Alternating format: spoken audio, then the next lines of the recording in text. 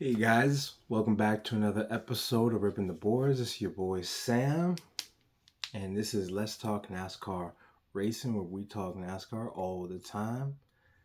And tonight we had the eero 400 at Chicagoland. We returned after 7 long years away. Hallelujah.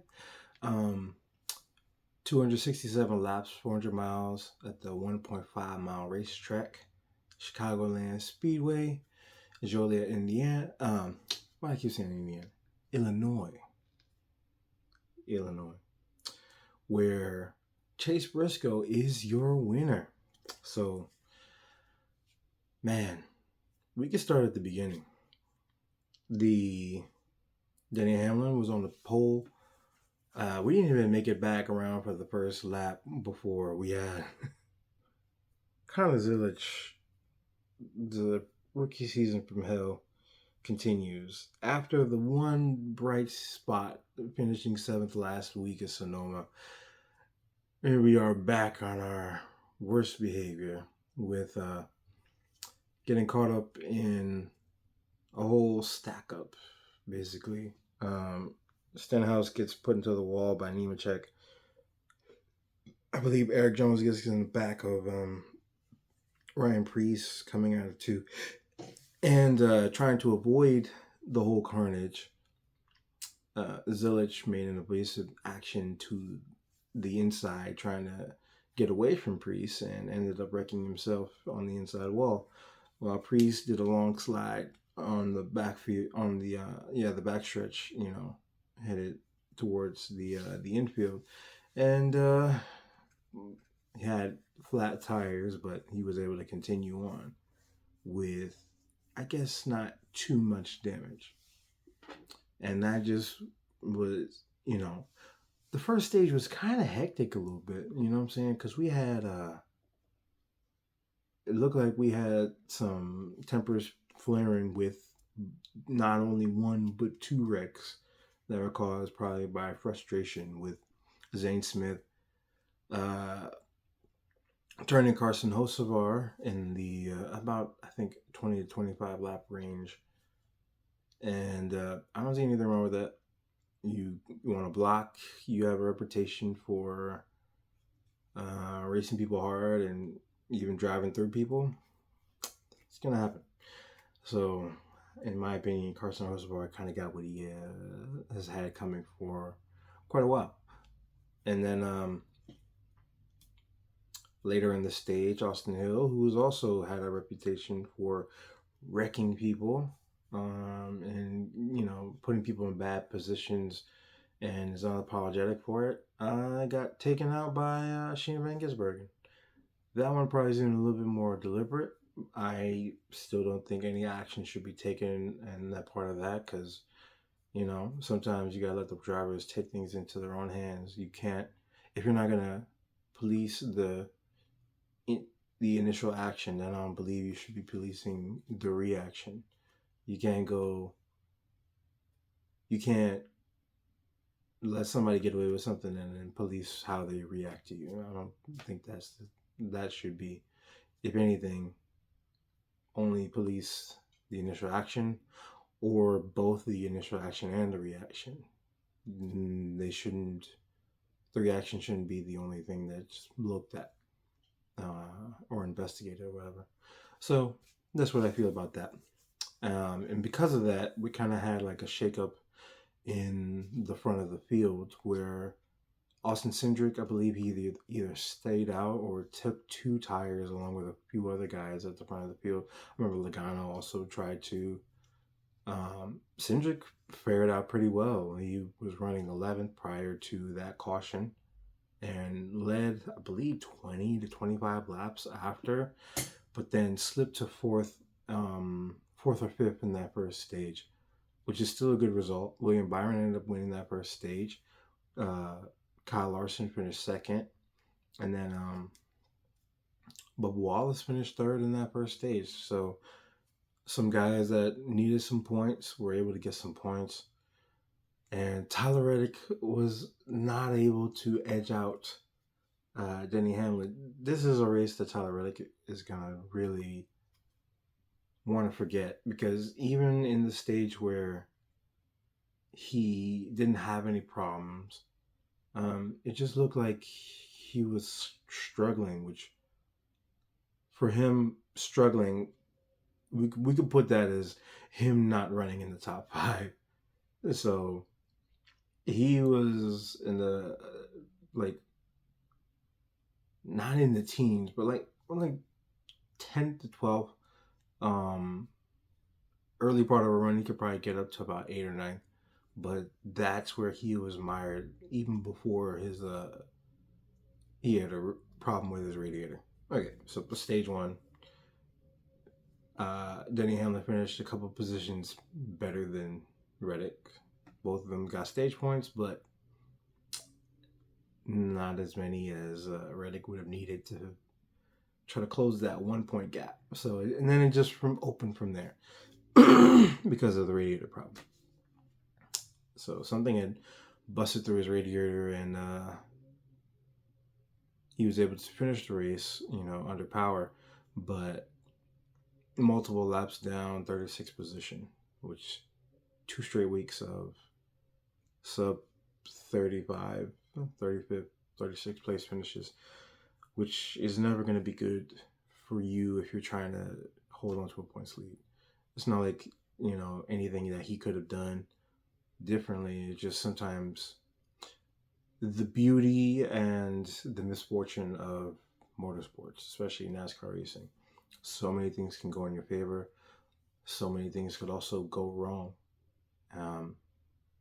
Way more things can go wrong than the things that can be in your favor.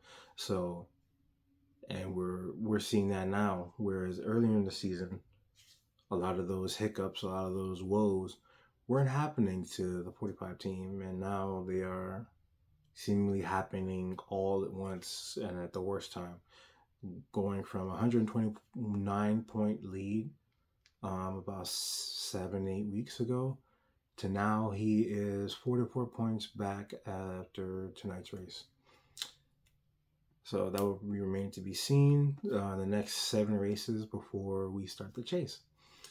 Okay, we get to stage 2. Early in stage 2, Kyle Larson got out of shape and spun toward the infield grass. And so, the front stretch grass, sorry.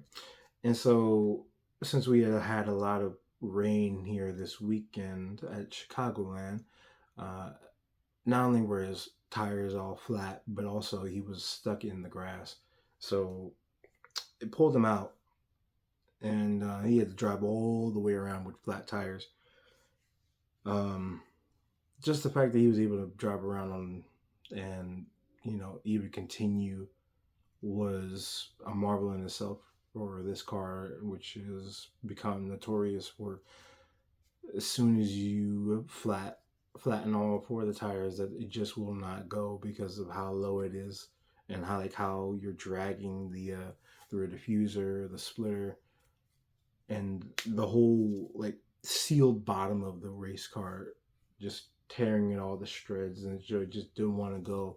But been able to use the air systems that some of this optional, which was said on the broadcast, but I believe that they had that, so they were able to make it back to pit road. But Kyle Larson, who was one of the competitive, Chevy non-Toyota teams tonight, never was able to recover. It just killed his race car.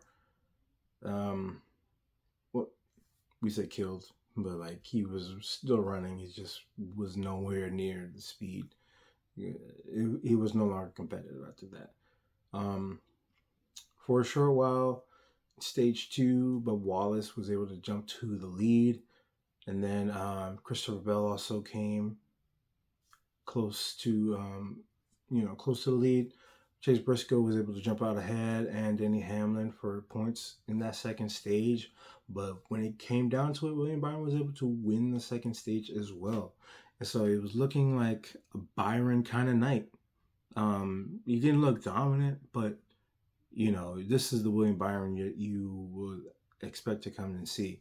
William Byron, even if he doesn't have all the speed, even if he doesn't have everything that he needs, he's able to get more out of his race car than sometimes what it's able to, what it wants to give. And so he's able to will a maybe 5th to 8th place race car and get, top 3s, top 4s out of it. So, you always look for that in your driver. That's championship caliber.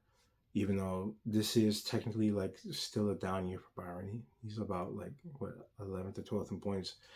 Even in a down year, William Byron is one of those sleeping dogs. You don't want to wake him up. So any kind of momentum like this for him is a good thing. And so William Byron won both stages, and I think still finished in the top 5, if I'm not mistaken. And so, a really good night for William Byron. Denny Hamlin finished 3rd in the race, I believe, tonight. And so now he has become the new points leader. Well, he became the points leader last race, but now he's extended the points lead over Tyler Reddick to over 40 points now. And so for 2 weeks in a row now, Tyler Reddick, terrible finishes, terrible luck, parts breaking, things not going right. Now he is further from the lead. This is the furthest he's been from the points lead all season. So we're going to Atlanta next week.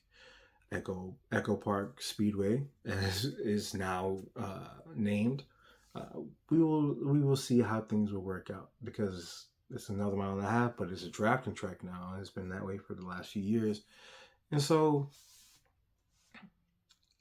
I'm excited to see what kind of race we will get. The race back in February was a banger. It was such a good race, to say the least. And I'm excited to see what kind of race that we could have there again next week. And from tonight, I will say, please, NASCAR, keep Chicagoland on the schedule. This is exactly what we need. We don't have as many 1.5 miles on the track, on the season schedule anymore, which, in some ways that's a good thing. You don't want too many of one particular track dominating too much of the schedule. But I believe tracks like this, tracks like Kansas, tracks like Charlotte, they have multiple races for a reason. And I'm not saying that Chicagoland needs multiple races. I think it's just one race a season would do really well, but this is exactly the kind of racing that we need. Chicago street course. I had grown to like it, even kind of not. I wouldn't say love it, but I've grown fond of it in the 3 years that we were there. But there's just something about Chicagoland, man. Just something about Chicagoland. And I really hope that it comes back on the NASCAR schedule next season. And with that, just, brief synopsis on what happened in the race, what's going on, in the Cup Series. And tonight was the Erie 400. I'm your boy Sam. This has been another episode of Ripping the Boards. We will talk more on the next episode. Make sure to follow me on Instagram and Twitter at Let's Talk _NASCAR for more. And until then, peace. I will see you guys.